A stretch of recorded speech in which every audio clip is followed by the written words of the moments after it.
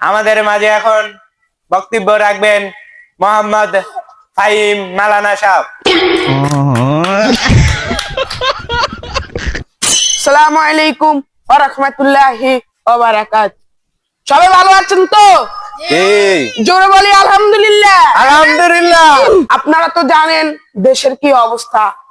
কালকে গেছি শসা কিনতে, শসার কেজি বলে 100 টাকা। আরে ওই জালিমিরা জানে না আমরা ইফতার করবো শসার আগে, কিন্তু তারা বলে 100 টাকা। তাদের মতো জানেন, তাদের মতো তো বাংলাদেশে আর নাই নাই নাই।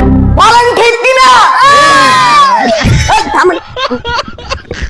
আবার গেছি টমেটো কিনতে, টমেটোর দাম বলে 1 কেজি 60 টাকা।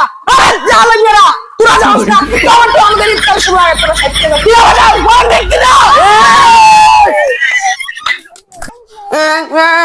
তাকবীর সাল্লাল্লাহ লা ইলাহা ইল্লাল্লাহ নারায়ে তাকবীর। বসে ভাই এই এমন সমান মেয়ে দিব এই সমস্যা কি তোমাদের? হ্যাঁ, আপনাদেরকে আরেকটা কথা বলি, খেজুরের কেজি ছিল আপনার 40 টাকা, এখন কিভাবে তারা 250 টাকা বিক্রি করে? আপনারা কি এগুলো জানেন না? জানেন না আপনারা কিভাবে জানেন? হুলকো মাফি সাল্লাল্লাহ মনের বসো বসো মনে করছে অন্য। আরে আমি এখানে তুমি বয়ন গাইবো উত্তম গাইবো, কিন্তু খান গাইতো না দিমুসমা। এখানে উপস্থিত সকল ব্যক্তিরা আমার বক্তব্য এখানে আমি শেষ করছি।